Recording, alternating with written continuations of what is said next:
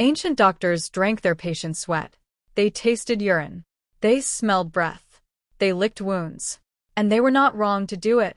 They were doing something that took modern medicine 2,000 years to catch up to. Reading the chemical signals the body broadcasts when something is going wrong. The only difference is they use their nose and tongue. We use machines. To understand why ancient doctors did this, you need to understand what they were working with. No blood tests. No x-rays. No scanners. No lab results. Just a sick human body. And every signal that body was willing to give. Ancient medicine was a science of signals. Every output the body produced was data. Sweat. Urine. Breath. Stool. Skin color. Body odor. Tongue coating. Pulse rhythm.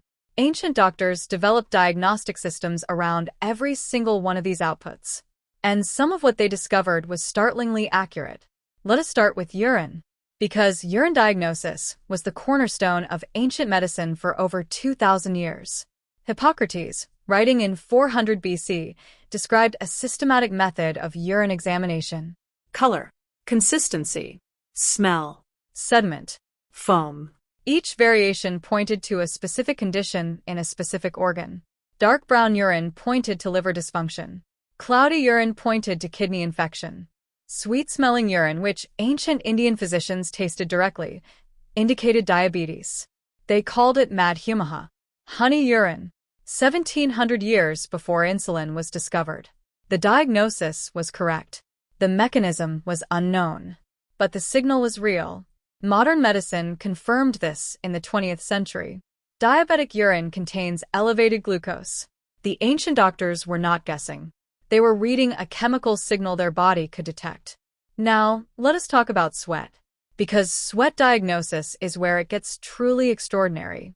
Ancient Greek physicians noted that different diseases produced distinctly different sweat odors. Typhoid fever produces a smell described consistently across ancient texts as similar to freshly baked bread. Yellow fever produces a smell like a butcher's shop. Scrofula, a tuberculosis infection of the lymph nodes, produces a smell of stale beer. These descriptions appear independently in Greek, Chinese, Indian, and Arabic medical texts, for completely separate medical traditions. The same smell descriptions, for the same diseases. Modern science confirmed why. Infectious diseases alter the volatile organic compounds released through sweat. Each pathogen produces a characteristic chemical signature detectable through smell. The ancient doctors were not using pseudoscience. They were using the most sensitive detection instrument available, their own bodies. Now, let us talk about breath. Because breath diagnosis may be the most impressive of all. Ancient Chinese physicians used breath smell as a primary diagnostic tool for over 2,000 years. Sweet, fruity breath indicated what they called wasting and thirsting disease. Modern name, diabetic ketoacidosis. The fruity smell is acetone being expelled through the lungs. Ammonia breath indicated kidney failure. Foul sulfurous breath indicated intestinal infection. Ancient Hippocratic texts describe a breath that smells like rotting apples as a sign of imminent death. Modern medicine knows this as the smell of advanced hepatic failure. Liver collapse. They did not know the mechanism. But the signal was real, and the outcome was accurate. Now, let's talk about something even more remarkable. Wound smell. Ancient military physicians could determine the severity of a wound infection from smell alone. Sweet smell. Healing well. Sharp chemical smell. Early infection. Putrid foul smell. Gangrene. Gangrene produces a specific chemical called putrescine. The smell is unmistakable and distinctive. Ancient surgeons who could identify gangrene early by smell saved thousands of lives through timely amputation. The smell was the early warning system, faster than any visual sign. Now, let us talk about skin. Because ancient physicians read the skin like a book. Jaundice, the yellowing of skin and eyes, was recognized across every ancient medical tradition. Yellow skin meant the liver was failing to process bile correctly. Ancient physicians did not know this mechanism, but they knew the sign was serious. And they were right. Cyanosis, blue-tinged lips and fingernails, indicated lack of oxygen in the blood. Ancient physicians recognized this as a sign of heart or lung failure. Completely correctly. Mottled purplish skin in fever patients indicated what we now call septic shock. They could not explain the mechanism, but they could see the signal and act on it. Now, let us go to pulse. Because ancient pulse diagnosis is one of the most extraordinary stories in medical history. Ancient Chinese physicians developed a pulse diagnosis system involving 28 distinct pulse qualities. Not just fast or slow, floating, sinking, wiry, slippery, scattered, knotted. Each quality mapped to a specific organ condition in a specific state of disease progression. Modern cardiologists using electrocardiograms recognize many of the same patterns under different names. The wiry pulse of ancient Chinese medicine corresponds closely to the arterial stiffness reading of a hypertension diagnosis. The slippery pulse corresponds to what modern medicine calls increased cardiac output, often seen in pregnancy or fever. 2,000 years of fingertip observation produced a diagnostic system that largely holds up under modern scrutiny.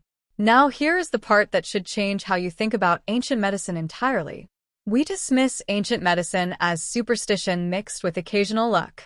But the chemical signals these physicians were reading were completely real. The body was broadcasting accurate diagnostic information. They were receiving it with human senses.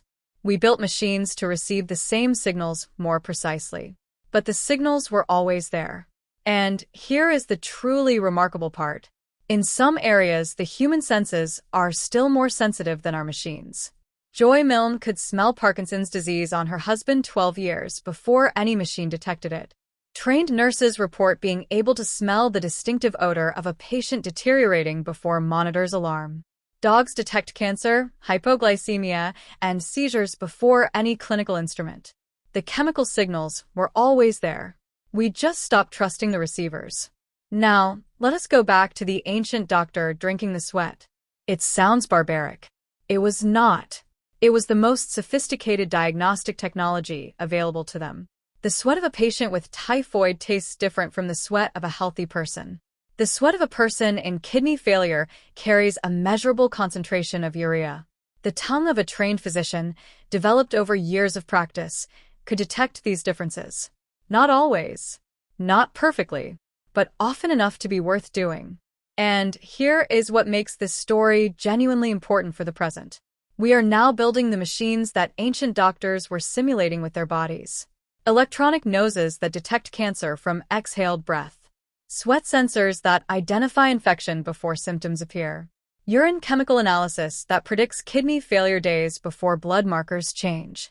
The entire field of metabolomics, the study of chemical outputs from biological processes, is modern medicine finally building the instruments to do what ancient physicians were doing by taste. The body has always been broadcasting its condition.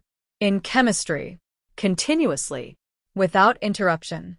Ancient physicians understood this before the word chemistry existed. They built diagnostic systems from observation, taste, smell, and touch that held up for 2,000 years.